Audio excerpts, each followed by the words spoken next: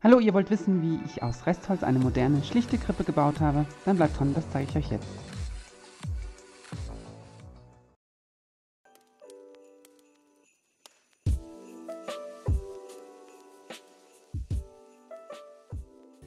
Hallo, mein Name ist Patrick und herzlich willkommen auf meinem Kanal Project Upcycling. Hier dreht sich alles um das Thema Upcycling von Möbeln, Makeover und Home Decor. Und wie ihr hier auch sehen könnt, manchmal um das Thema Weihnachten. Ja, und als erstes vorweg wollte ich mich bei euch allen bedanken, denn wir haben die über 1000 Abonnenten erreicht. Somit wird die Project Upcycling Familie immer größer und das freut mich sehr. Also vielen, vielen lieben Dank dafür. Und wenn ihr das erste Mal eingeschaltet habt, würde ich mich natürlich über ein Abo freuen. Das kostet nichts, lediglich hier unten die Glocke aktivieren und ihr werdet benachrichtigt, wenn es was Neues von mir gibt. In meinem heutigen Video zeige ich euch, wie ihr ganz einfach eine moderne Krippe bauen könnt. Also bleibt dran, jetzt geht's los. Editor, roll the tape. Boop.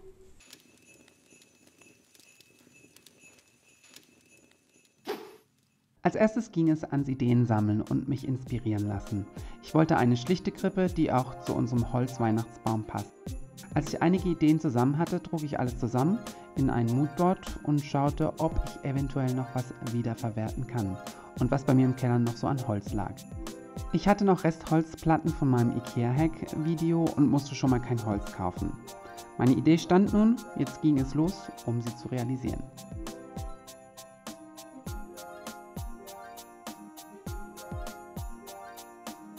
Ich habe mir Silhouetten, Vektoren oder wie man das nennt von modernen Krippenfiguren, die mir gefallen haben, ausgedruckt. Insgesamt habe ich Josef, Maria, den kleinen Christ und einen Stern ausgeschnitten und hinterher mit einem Röhrchen befestigt.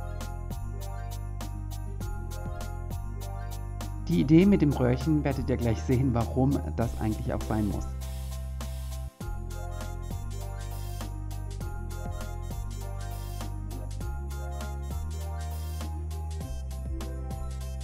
Dann nehmt ihr am besten noch einen alten Karton und sticht mit einem Stift ein Loch hinein, damit ihr die Figuren hinterher reinstecken könnt. So, jetzt habe ich meine Figuren, habe sie natürlich auch hier dran geklebt. Und jetzt, der nächste Schritt ist, ich weiß nicht, ob ihr das hier so schon seht, habe ich den hier, das ist jetzt hier Josef, habe ich ein Loch reingemacht und ihn reingesteckt und jetzt mit der Taschenlampe beleuchtet, damit ich die Silhouette habe und dann, Achtung, tada! So groß möchte ich gerne haben, 50 cm, den zeichne ich jetzt gleich ein und dann habe ich meinen Josef in Großformat. Das macht ihr mit all euren Figuren so. Die Größe könnt ihr gut variieren, indem ihr den Karton weiter weg oder weiter ran an das gewünschte Material zieht. Wie bei mir zum Beispiel Holz oder MDF. Wenn ihr mit der gewünschten Größe zufrieden seid, nur noch die Projektion abmalen and that's it.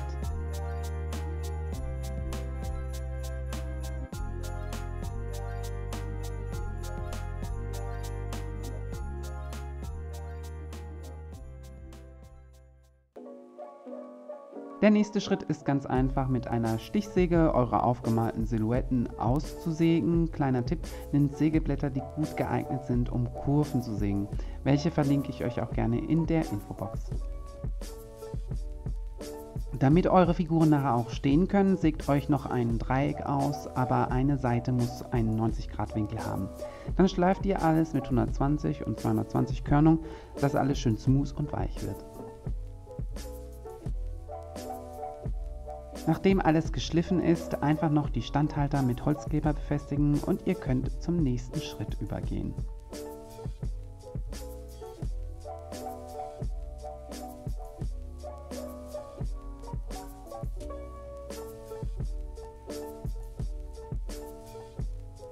Den Stall zu bauen war das am leichtesten von allem. Ihr nehmt 2 Bretter in eurer gewünschten Größe, platziert eure Figuren, schaut wie euch die Höhe passt, zeichnet euch auf einer Seite vom Brett eine Markierung, wo das Gegenstück später dran soll und sägt euch auf dem ersten Brett die Dicke von eurem Gegenstück weg. Damit eure 2 Bretter auf dem Boden anliegen, müsst ihr noch einen 45 Grad Winkel reinschneiden. Mit einer Kreissäge oder wenn ihr keine habt, geht es auch mit der Stichsäge.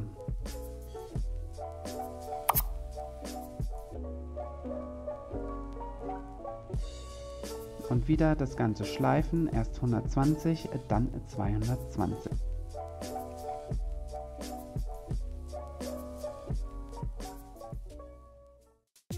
Ich hatte noch 2 in 1 Weißlack, Farbe plus Grundierung, den ich bei den Figuren und dem Stall benutzt habe. Die Figuren habe ich zweimal damit gestrichen und den Stall nur einmal. Den wiederum habe ich noch mit schwarz Matt-Acrylfarbe gestrichen, somit sticht er elegant raus. Und den Stern habe ich mit Goldspray besprüht.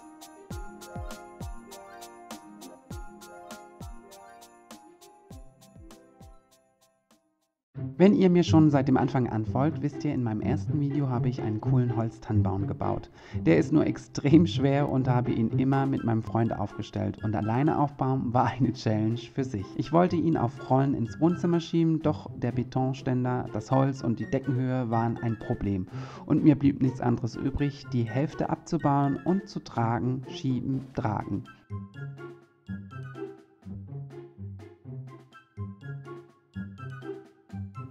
Ja, und wie man mir ansehen kann, ich war nur ein wenig genervt. Ach, und wenn ihr euch wundert, Patrick, wo bist du eigentlich? Bei meinem Freund, da wir Weihnachten immer bei ihm feiern.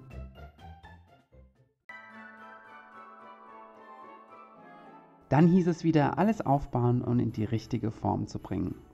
Was cool ist, ihr habt 3 Optionen mit diesem Baum. Entweder Tannenbaum-Dreieck, elegant geschwungen oder, wie ich ihn am schönsten finde, buschig.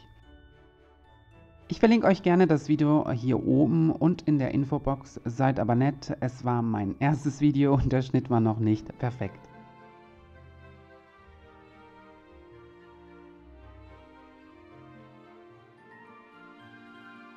Nachdem mir die Form gepasst hat, ging es endlich ans Schmücken, Dekorieren, Krippe aufstellen und das Weihnachtsfeeling hatte mich gepackt.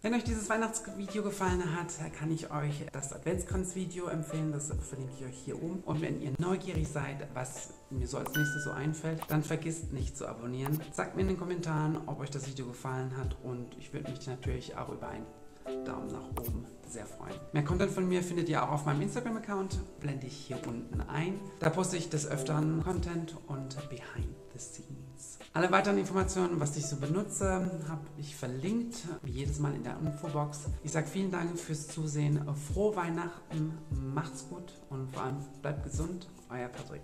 Ciao.